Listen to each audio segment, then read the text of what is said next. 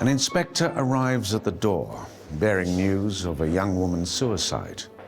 His questions force the Burling family to face the truth about their role in her death and to acknowledge the consequences of their selfishness and greed. An Inspector Calls is filled with suspense, mystery, and revelations. But beyond its captivating narrative, the play has some important things to say about British history and society. As World War II ended in 1945, J.B. Priestley set out to show how society had changed since the First World War. So his play was set just before its outbreak in 1912, when families like the Burlings flourished.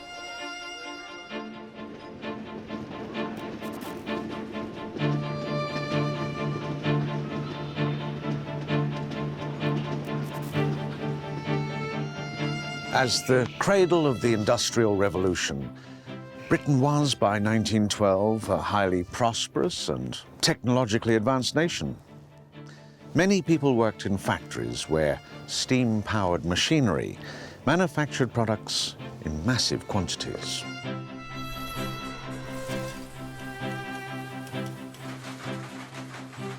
A class of industrialists, merchants, and ship owners accumulated most of the wealth, while the working classes toiled long hours for very little pay, working in small spaces with hot and dangerous machinery.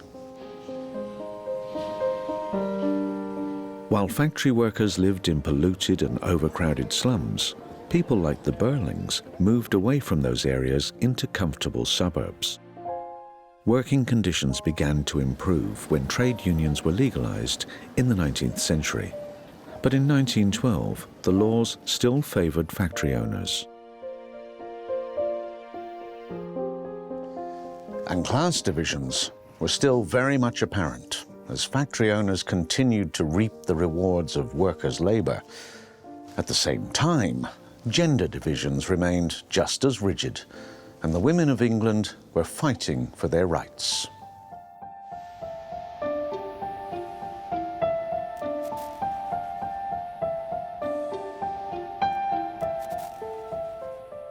Despite millions finding employment as textile workers and domestic servants, women's wages were generally only 1/3 to 1/2 of male workers' wages. Women who weren't forced to work for a living were usually confined to domestic duties, looking after their husbands, children, and running the household. It was very difficult for a married woman to get a divorce. She also risked losing her children, who became the property of the father after a divorce. While it was acceptable for a husband to have affairs and keep mistresses, a woman who had multiple partners was seen to be ruined. Pregnancy outside marriage was also viewed as shameful, and no state support was provided for unmarried mothers. Women were forced to rely on any charity they could find. In the decades that followed, J.B. Priestley became a vocal advocate of women's rights.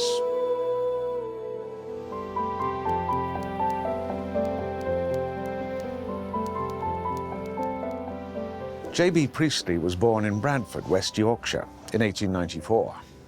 Like Brumley, where An Inspector Calls is set, Bradford was known as a hub of industry and manufacturing. Priestley was born into the suburb of Manningham, which housed the families of many wealthy industrialists, not unlike the Burlings. In 1910, at age 16, Priestley began work at a textile mill and saw firsthand the working conditions of the poorer classes.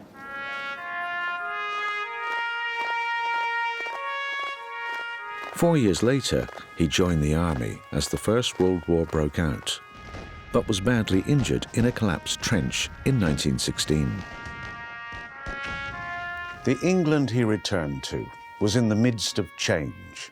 Large sections of the working classes had served in the war. Many who didn't serve had obtained higher paying positions in the workforce.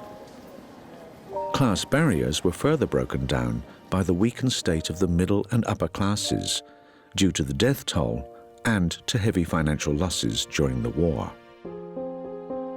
In the 1930s, Priestley's concerns over social inequality led him to become a passionate supporter of socialism, which sought equal opportunity, rights and wealth for all citizens.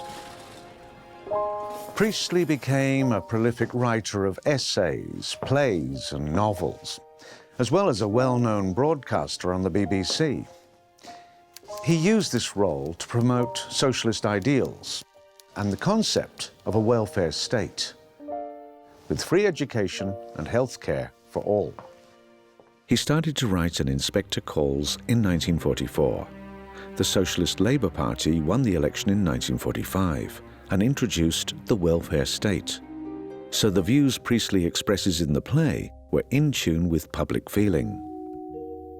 Now that World War II had ended, he saw a major opportunity for people to build a better and more generous society.